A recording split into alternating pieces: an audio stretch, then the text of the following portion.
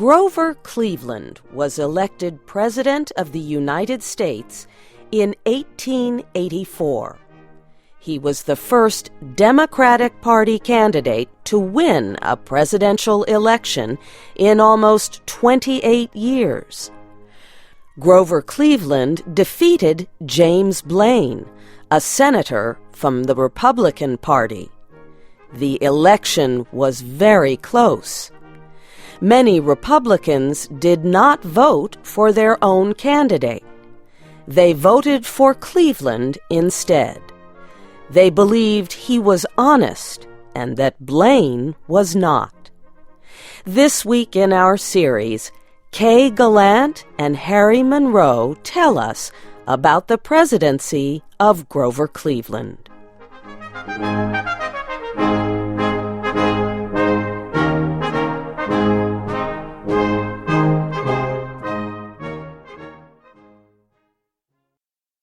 Cleveland began his administration by announcing that he would reduce waste in the government.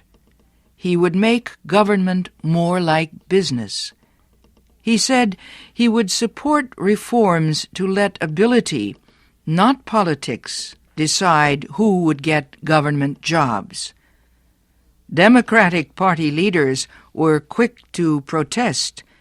They explained to Cleveland that the party owed jobs to those who had worked for his victory. Cleveland had to compromise. He permitted about 80,000 government jobs to be taken from Republicans and given to Democrats. This left 12,000 jobs. These would be given to people who did the best on government examinations. Cleveland's decision angered Republican reformers who had voted for him. They accused him of surrendering to the leaders of the Democratic Party. On other issues, however, Cleveland refused to compromise. He opposed government economic aid to any industrial group. He vetoed a bill giving aid to farmers whose crops had failed.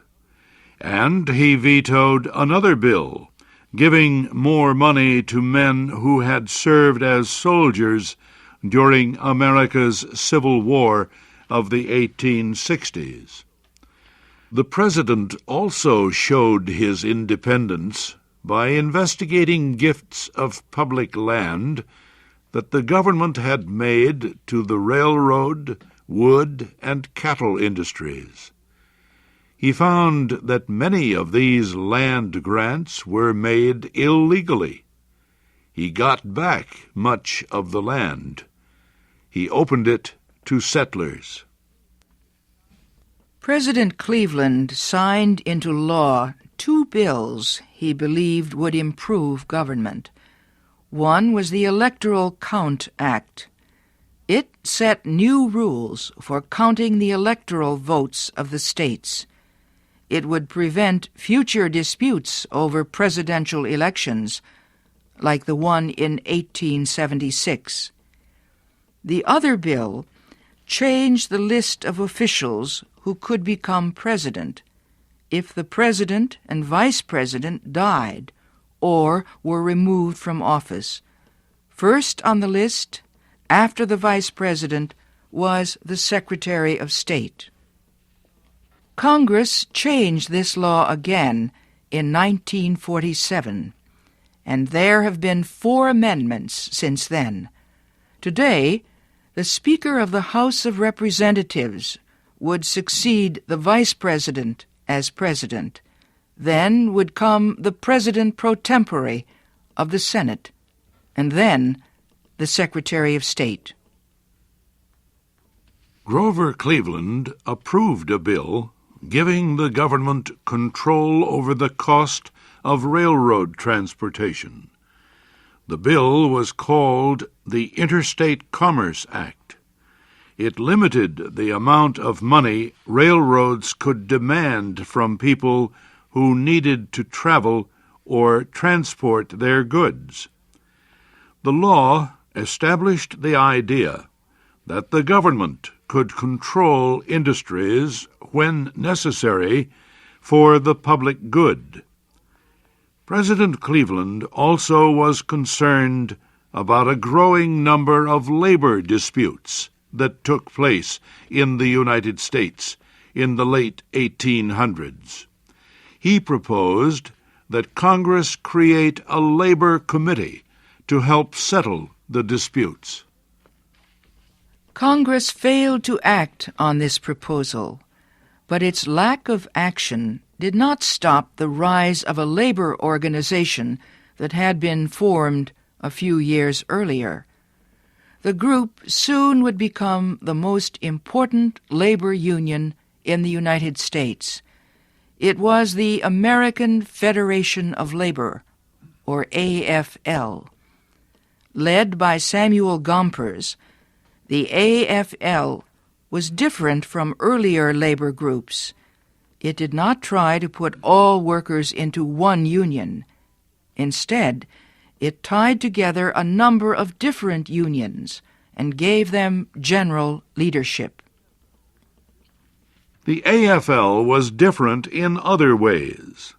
It did not oppose the economic system of capitalism. It said only that labor should get more of the earnings of capitalism. The AFL also opposed extremists who used labor protests to change the social system.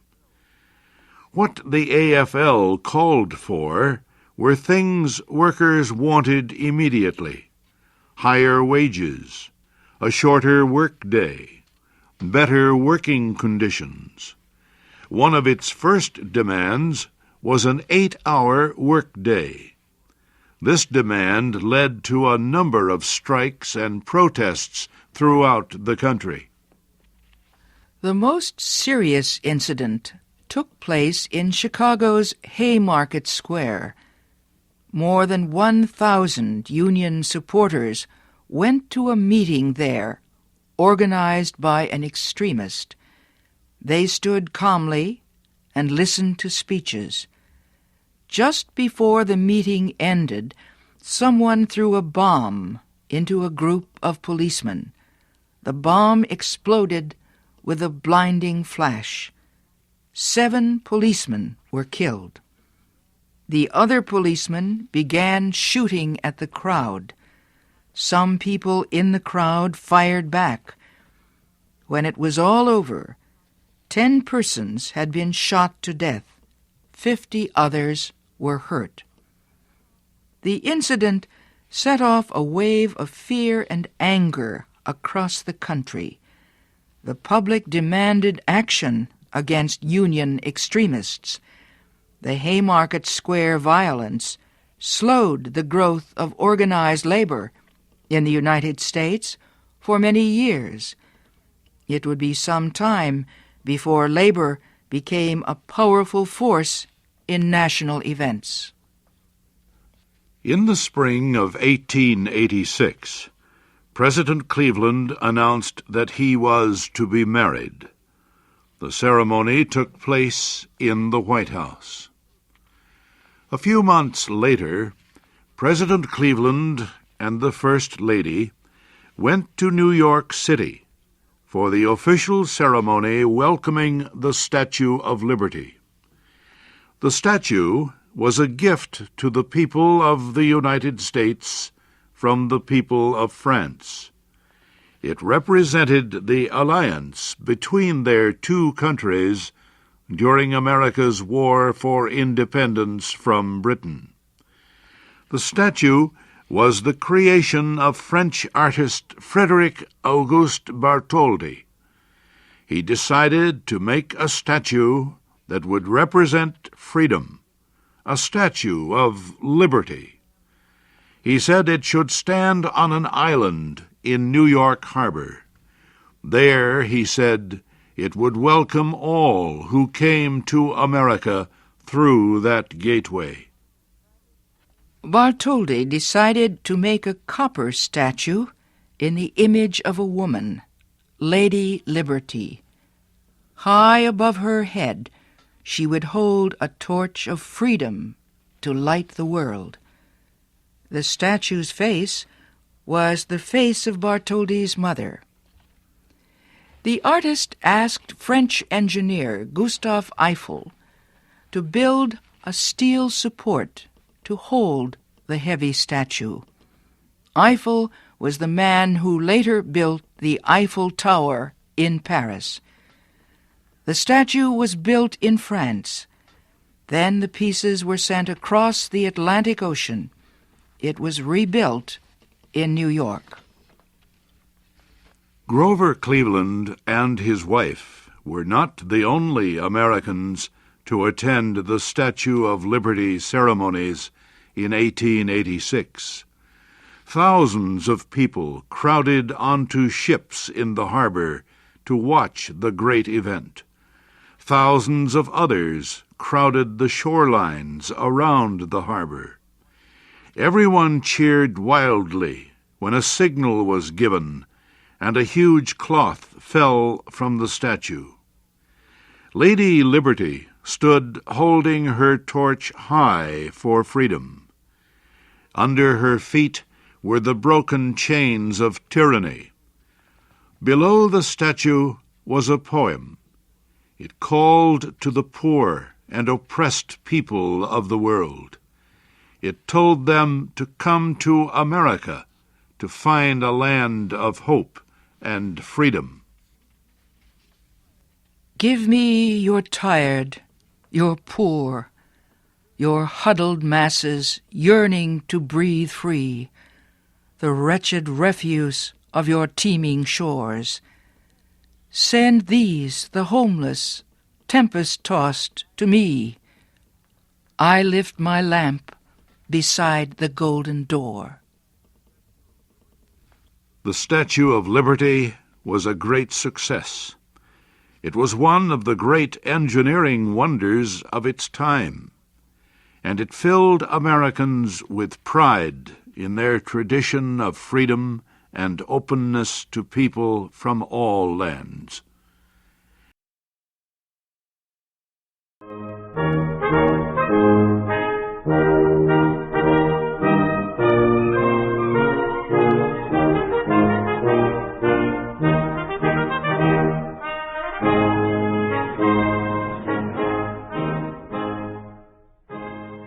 Thank you for watching.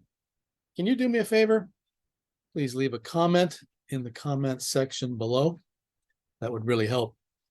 Thank you, and see you again soon.